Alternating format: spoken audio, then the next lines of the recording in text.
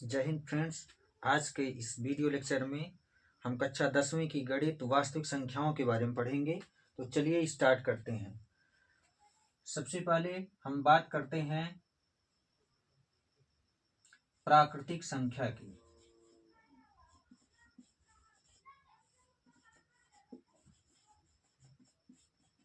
प्राकृतिक संख्या तो ऐसी संख्याएं जो 1 से स्टार्ट होती हैं और अनंत तक जाती हैं, इन संख्याओं को प्राकृतिक संख्याएं कहते हैं।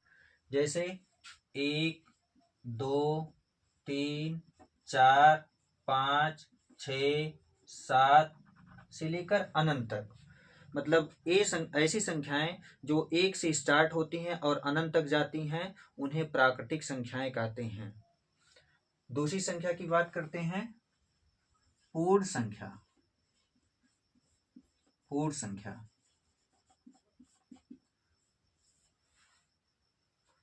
ऐसी संख्याएं जो 0 से स्टार्ट होती हैं और अनंत तक जाती हैं, उन संख्याओं को पूर्ण संख्याएं कहते हैं। जैसे 0, 1, 2, 3, 4 से लेकर अनंत तक। तो प्राकृतिक संख्या और पूर्ण संख्या में थोड़ा सा अंतर है। प्राकृतिक संख्याएं जो होती है वह 1 से स्टार्ट होती है और पूर्ण संख्या जो होती है वह 0 से स्टार्ट होती है। दोनों में केवल 0 का अंतर है। तीसरी संख्या की हम बात करें तो सम संख्या। सम संख्या ऐसी संख्याएं जो 2 से पूरी की पूरी तरह विभाजित हो जाए, या हम कह सकते हैं ऐसी संख्याएं जिसमें इकाई का अंक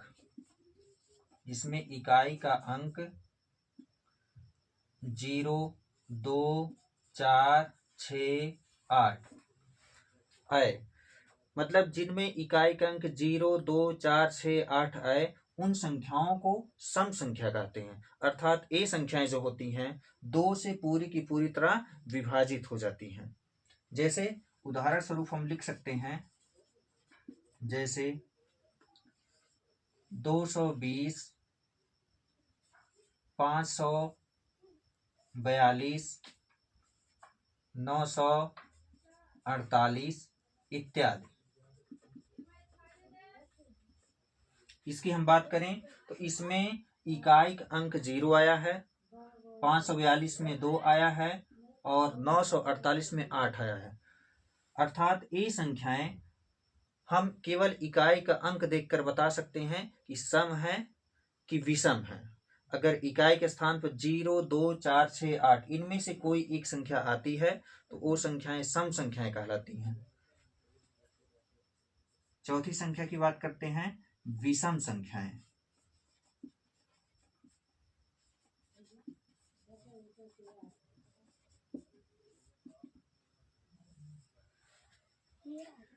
ऐसी संख्याएं जिसमें इकाई के स्थान पर 1, 3, 5, 7, 9 आए।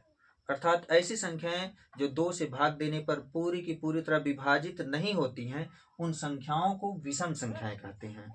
इसमें इकाई के स्थान पर 1, 3, 5, 7, 9 आता है। इकाई का अंक इसमें होता है, इसमें इकाई का अंक 1, 3, 5, 7, 9। जिन संख्याओं में इकाई का अंक 1, 3, 5, 7, 9 आता है, वे संख्याएं विषम संख्याएं कहलाती हैं।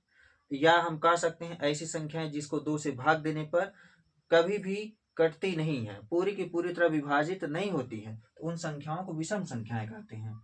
जैसे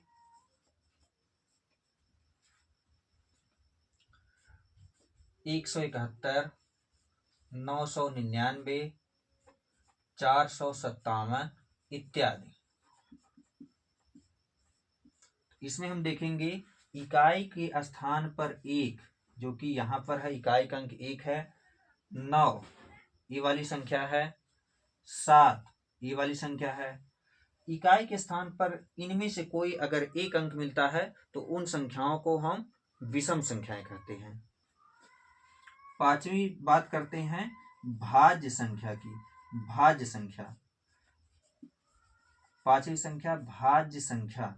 तो भाज्य संख्याएं वे संख्याएं होती हैं जो एक व स्वयं के अलावा किसी अन्य संख्या से भी कटे, जो एक व स्वयं के अलावा किसी अन्य संख्या से भी कटे, उन संख्याओं को भाज्य संख्याएं कहते हैं।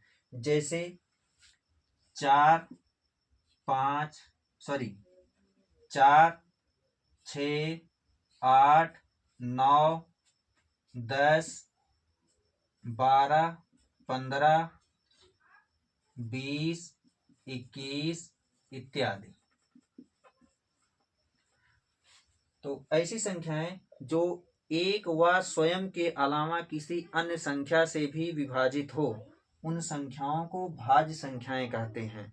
जैसे हम 4 को चेक कर लेते हैं, यह 4 जो है 1 से तो कट जाएगा, 4 से भी कट जाएगा। इसके अलावा अगर हम 4 में 2 से भाग देंगे तो 2 से भी कट जाएगा। मतलब इन दो संख्याओं को छोड़कर तीसरी संख्या से विभाजित हुआ 4, तो इस 4 को हम भाज्य संख्या कहेंगे।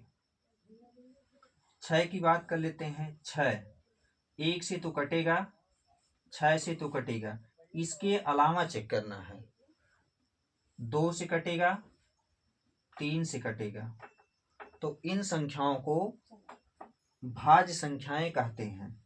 बाकी अगर हम 9 की चर्चा करें तो 9 को हम 1 से विभाजित कर सकते हैं और 9 से विभाजित कर सकते हैं। बाकी 9 को हम 3 से भी विभाजित कर सकते हैं। यही वजह है कि इन सब संख्याओं को भाज्य संख्याएं कहा जाता है। ये संख्याएं स्वयं व एक के अलावा किसी अन्य संख्या से भी विभाजित होती हैं, तो इसलिए इन्हें भाज्य संख्याएं कहा जाता है। अगर हम 17 की बात कर लें, 17 संख्या, तो 17 तो 1 से कट जाएगा, 17 से कट जाएगा, 17 से कट जाएगा, बाकी किसी संख्या से नहीं कटेगा, तो अर्थात इस संख्या को भाज्य संख्या नहीं कहेंगे। 17 जो है 1 से कटेगा, 17 से कटेगा, बाकी किसी से नहीं कटेगा, इसलिए इस संख्या को हम भाज्य संख्या नहीं कहेंगे। फिर क्या कहेंगे? ऐसी संख्याओं को अभाज्य संख्याएं कहते हैं।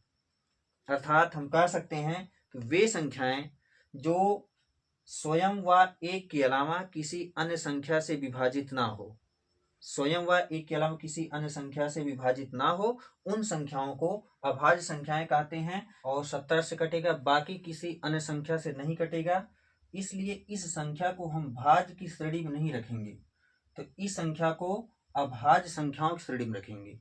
तो इसको हम परिभाषित कर सकते हैं, ऐसी संख्याएं जो स्वयं व एक के अलावा किसी अन्य संख्या से विभाजित ना हो, ऐसी संख्याएं जो स्वयं व एक के अलावा किसी अन्य संख्या से विभाजित ना हो, तो ऐसी संख्याओं को अभाज्य संख्याएं कहते हैं। जैसे 2 3 5 7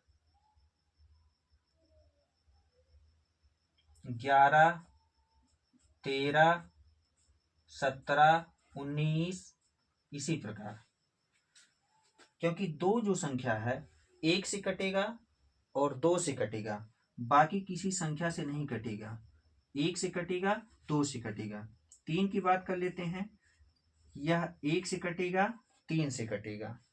5 की बात कर लेते हैं, 1 से कटेगा, 5 से कटेगा, बाकी किसी संख्या से यह कटेगा नहीं। यही कारण है कि इन संख्याओं को अभाज्य संख्याएं कहते हैं। हाँ, एक बात और, 1 को अभाज्य संख्या में नहीं रखा गया है। संख्या 1 को अभाज्य संख्या की श्रेणी में नहीं रखा गया। इसका रीजन है, 1 जो संख्या है यह 1 से तो 1 कटेगा, लेकिन स्वयं संख्या ही 1 है, स्वयं संख्या ही 1 है। तो यही कारण है कि इसको जो है अभाज्य संख्या की श्रेणी में नहीं रखा गया है। तो 1 क्या है? 1 को हम बोल सकते हैं प्राकृतिक संख्या बोल सकते हैं, या तो पूर्ण संख्या बोल सकते हैं, या तो इसको पूर्णांक भी कह सकते हैं। 1 अगर कोई पूछे तो 1 क्या है? एक प्राकृतिक संख्या है या पूर्ण संख्या है, या हम इसको कह सकते हैं एक पूर्णांक है। अभाज्य संख्या के बाद एक और संख्या होती है जिसको बोलते हैं सह अभाज्य संख्या। तो सह अभाज्य संख्या क्या होती है?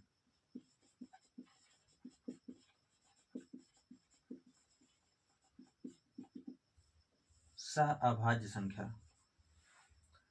सहअभाज्य संख्याएं संख्याओं के जोड़े के रूप में पाई जाती हैं, अर्थात ऐसी संख्याएं जिसका मासा 1 होता है उन संख्याओं को सहअभाज्य संख्याएं कहते हैं। जैसे 2 5 हुआ, 17 18 हुआ,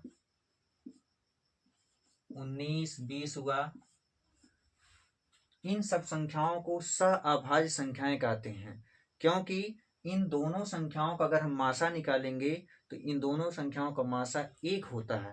यही कारण कि इन दोनों संख्याओं को सहअभाज्य संख्याएं कहते हैं।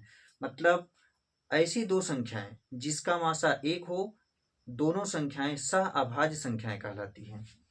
जैसे 2 5 को हम चेक कर लेते हैं, 2 और 5 का मासा निकालना है तो 2 दूना 4, 1 आया, 1 से भाग देंगे 2 में, 1 का पहाड़ा 2 में पड़े, 1 2 2, शेषफल हो गया 0।